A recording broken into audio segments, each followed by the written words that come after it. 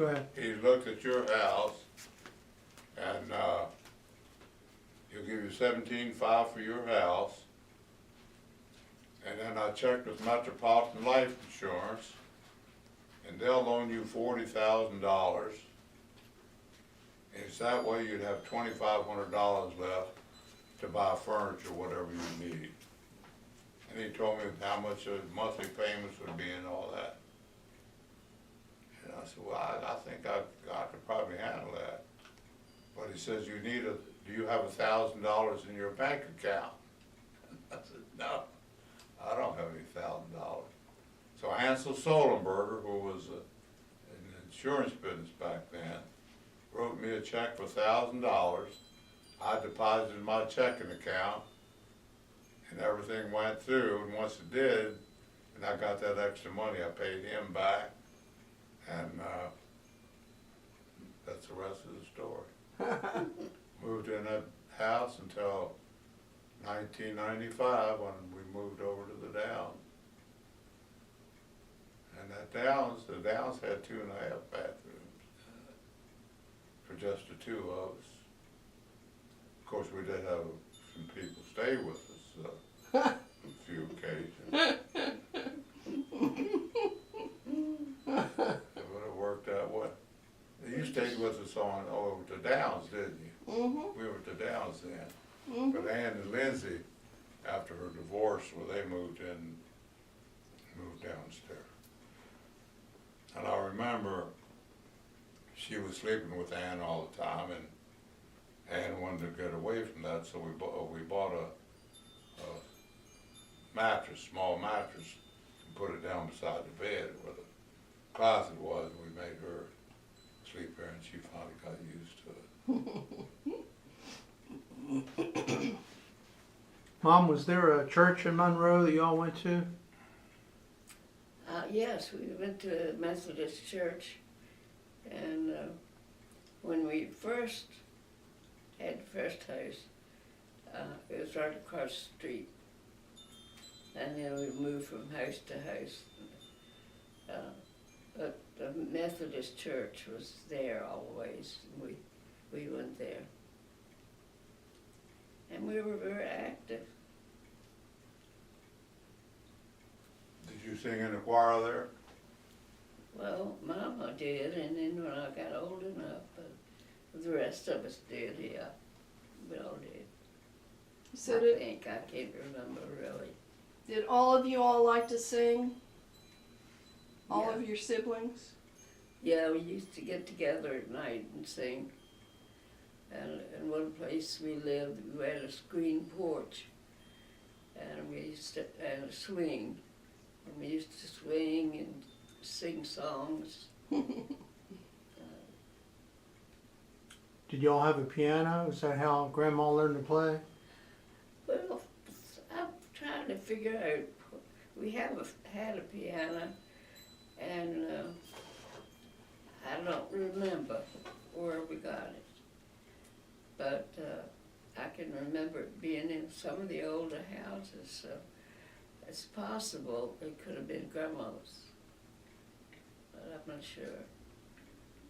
But we would still like sit in front of the piano. Mama played by ear, and She had the longest ears you ever saw. yeah, she played that piano. I don't know how she learned how. But we'd all get together and sing. Now, for a Yeah. while, Puzzles.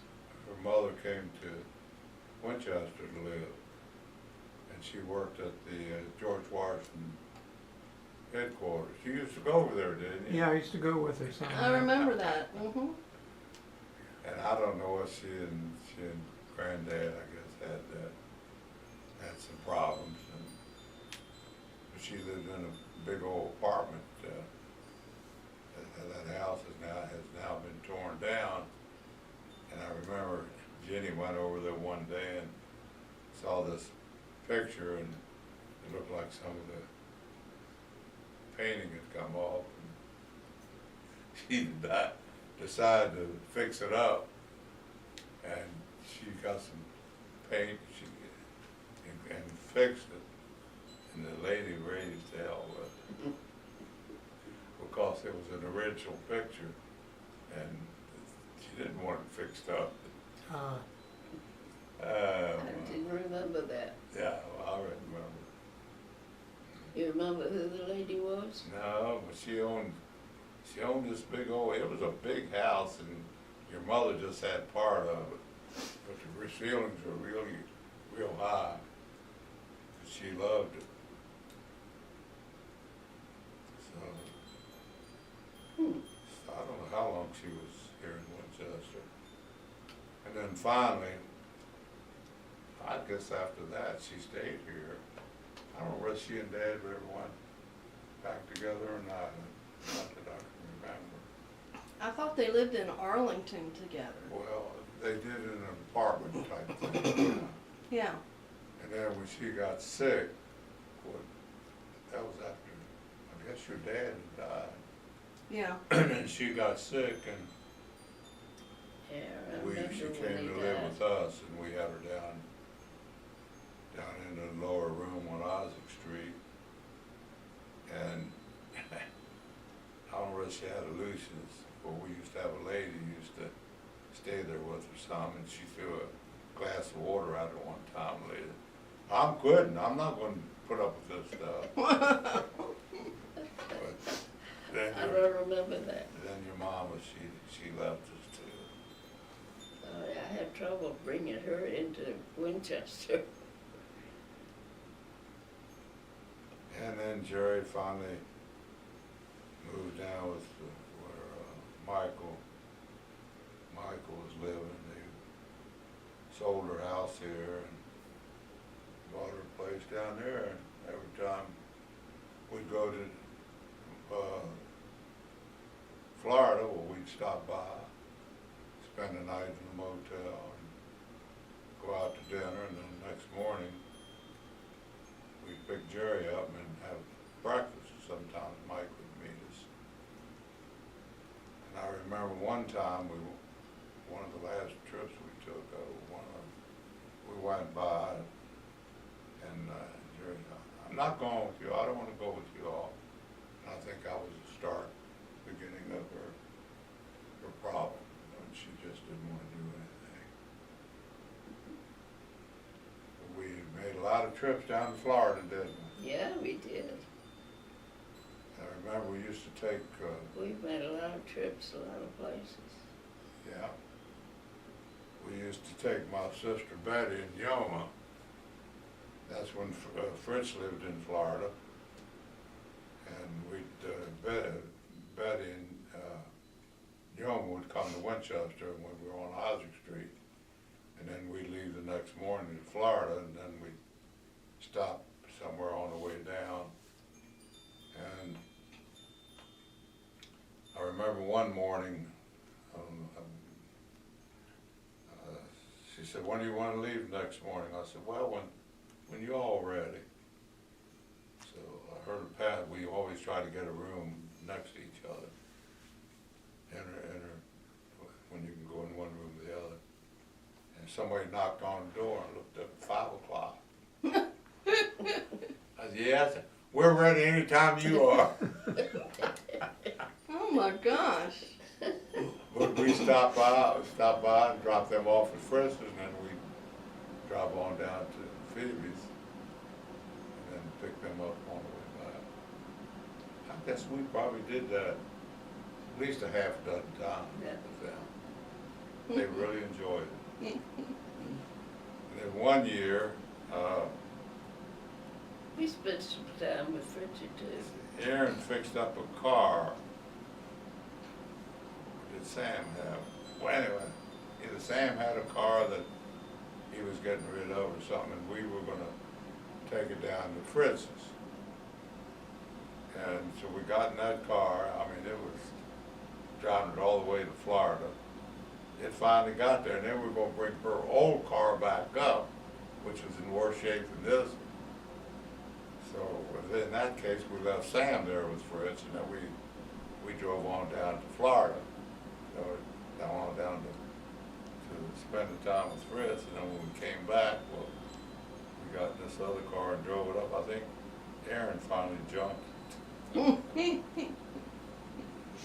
Sam and I in the front seat, Jenny in the back reading. Then we went down twice with Dave Denham.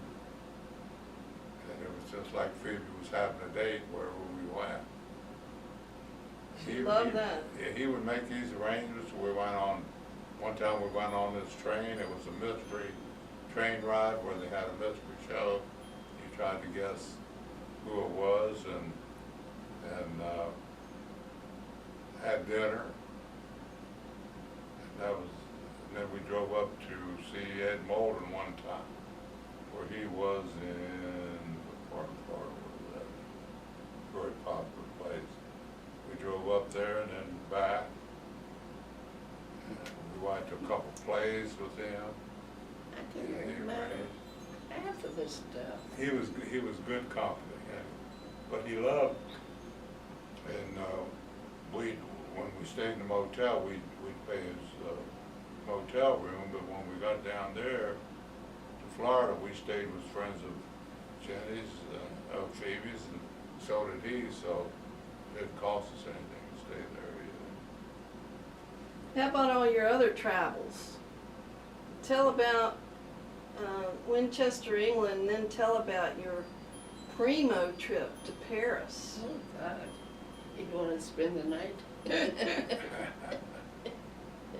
Some years ago, we were out at the country club one New Year's Eve, a long time ago, doing a little drinking. And Claude and Connie Smaltz were there.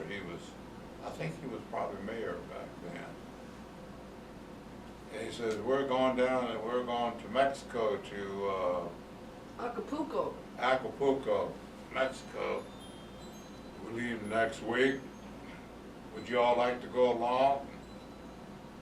Golly, I don't know how we can make arrangements. He said, if you want to go, we'll make all the arrangements. Yeah, we'd love to go. So he came by in the station wagon and picked us up. And they said there's another couple going with us. And it was,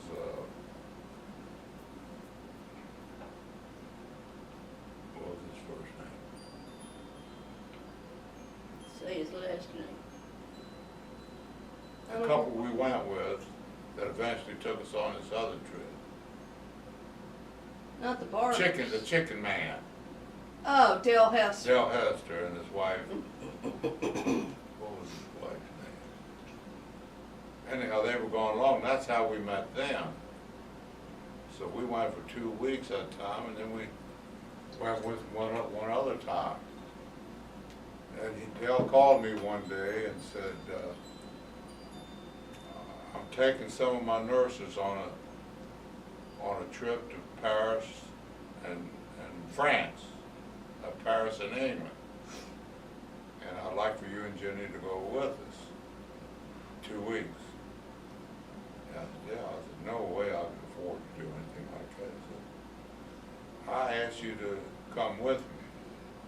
It won't cost you anything. So we went to England first and stayed in London, stayed in this big old hotel there. As a matter of fact, he had this all planned, and then the doctor told him, he was a sick man back then. They had to actually stick a tube down his throat and fix screening or whatever they had to do. They were so off. The doctor told him he didn't want him to make the trip. So he called me and he said, Charlie, I know that you all were planning on going. You were planning on going down to Winchester to see the former mayor that you all were friendly with. And he said, I still want you all to do that. You go first class, I'll pay for the airfare for 2 weeks. And I said, well, I can't. Yeah, I want you to do it. Okay.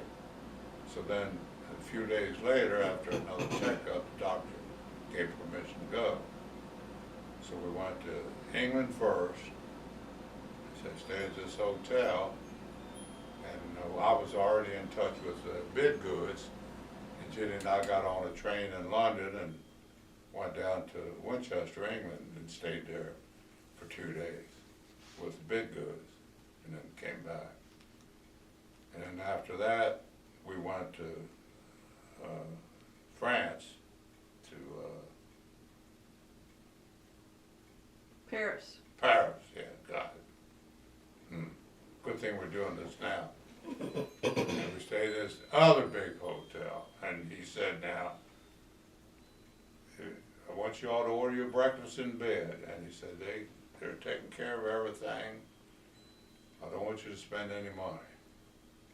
So we did. I mean, this big old, beautiful room, and every day we look out the window, and across the road there were all these people looking at this particular hotel. I guess it was where rich people stayed, and probably one of who the celebrities were. And whenever we went anywhere, there were limousines, big old limousines, took us wherever we went to eat dinner.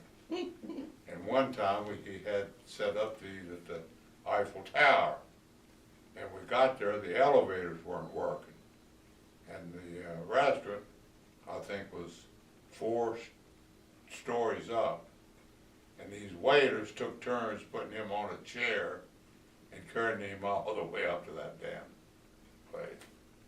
And then we had plenty of time to went to all kinds of museums and walked around everywhere, and it was a fabulous trip. So you It stayed cost us a penny. stayed at the Ritz-Carlton, Ritz-Carlton, yeah. and you flew first class, right? Flew first class, Pretty sweet. over and back. And how long after that did he pass away?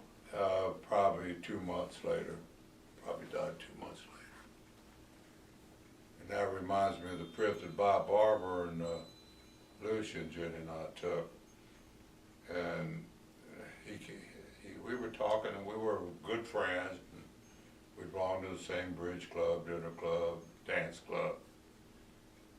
And he said something about he wanted to go to make a trip to Alaska and Canada. And he was having problems back then too. He had leukemia. And it's something he wanted to do. So he made all the arrangements.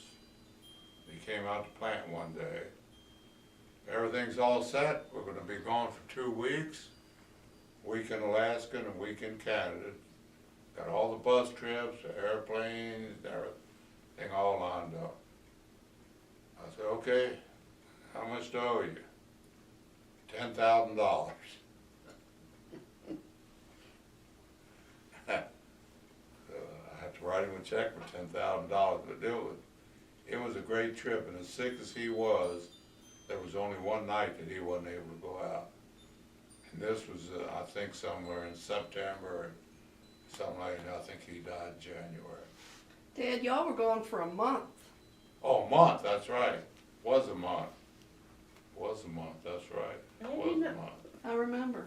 We did all kinds of things. I mean, it was, we flew up on a little plane to the Antarctic, and then we got on this real big old rig. The damn wheels were as high as this room, and drove out on the glaciers. And then we got out, and the girl that was in charge of our group had brought a bottle of wine, and with glasses, and we all had a glass of wine on the glacier. And we I don't stayed remember that.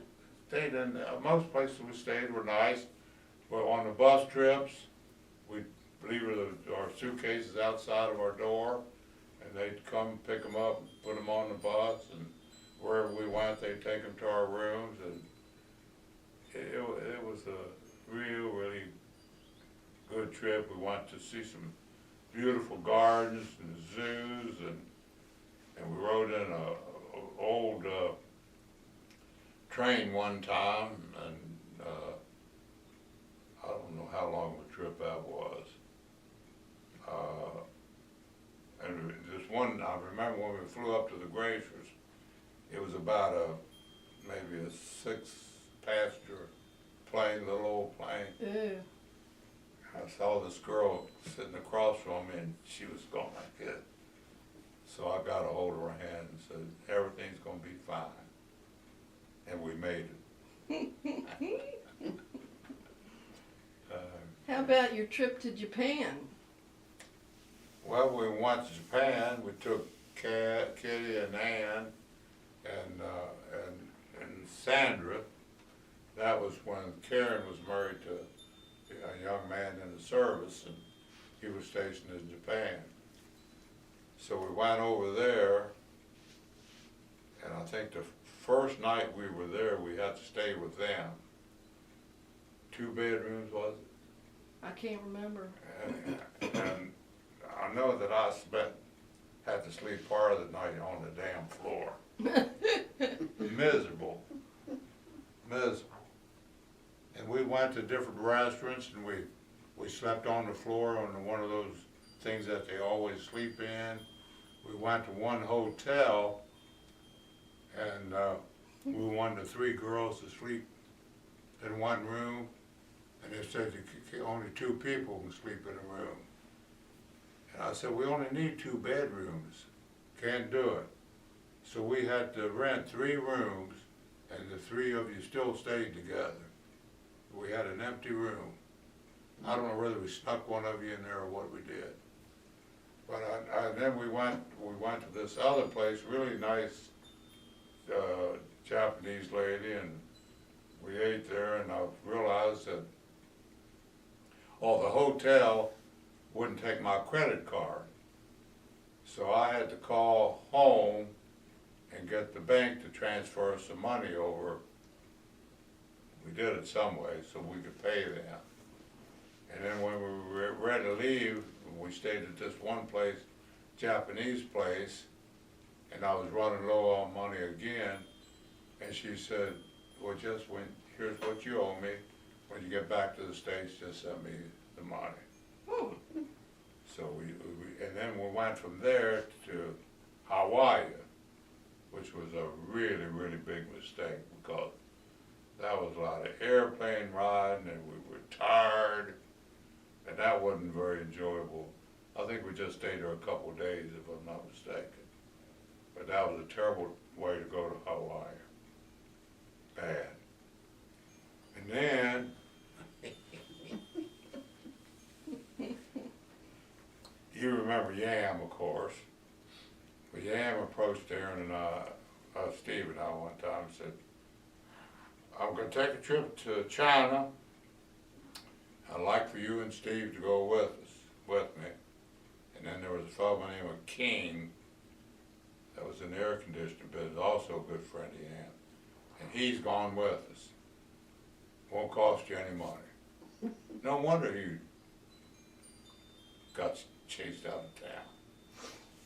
Flew over there to China, stayed in hotels, ate with friends of his who couldn't understand the word we were saying. And apparently he had some of his business friends convinced that we had a lot of money and we were over there interested in investing. So he took us to this one steel plant, a big old steel plant that made ours look like it was about as big as this room. And he showed us all through us, and we had lunch with them, and Yi was talking to him in Chinese. I don't know what's going on, but so they really treated us like we were royalty, because they thought we were going to invest in their business. And we went up this mountainside one time, and there were places carved out of the side of the mountain, and people actually lived in them. And they had coal stoves, and then they'd have a plate over top to cook. But somehow or the other, they had electricity. And they had radios and stuff like that in there. But here's this family living in what appeared to be just one big room. That was a bedroom and everything else.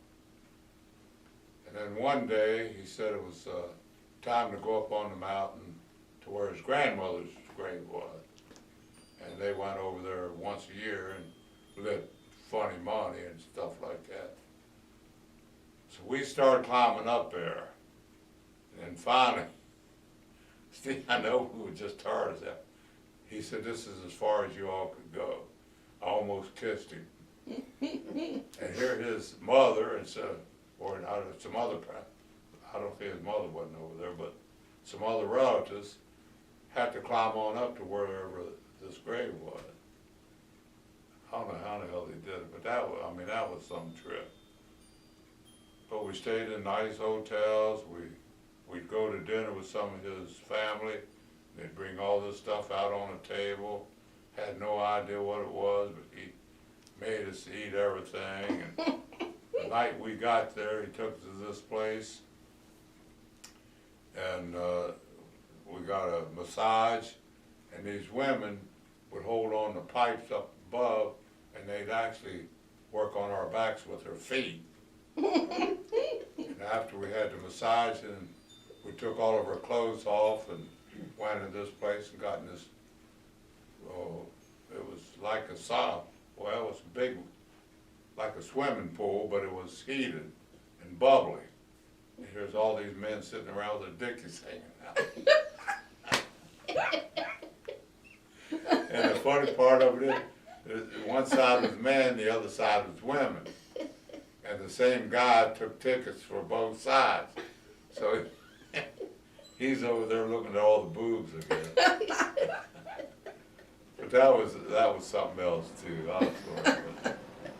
We did, and then we had these two girls that came. He had something else to do, and these two girls, he hired a limousine. And these two girls took us everywhere, all kind of Buddhist places and museums and the zoo. But that was some trip. But King had a girl staying with him the whole time he was there. Oh, naughty. Concubine, whatever you call them. Mm-hmm. That's another trip. Naughty boy. Then another trip we took was we went to Paris a couple times with the Carls. And one time we went over there, Steve Carl was marrying this girl that became his wife, so, and we were staying in somebody's house. Steve had a house over there. And they had all this arrangement made, and she found out that her divorce wasn't filed. So they decided they were going to have a ceremony anyhow, and since I was the mayor of Winchester, Virginia, I could marry them. So they wrote up this marriage ceremony, and I got up, and I'd read part of the English, and he'd read in French to the people who couldn't speak English. Went through that. They had this big old meal, everything to eat and drink. So they weren't really married at that time. They got married later on. But Steve did well over there. Carl told me even back then that he had $1 million in the bank over in France. You weren't supposed to do that, but somehow he Yeah,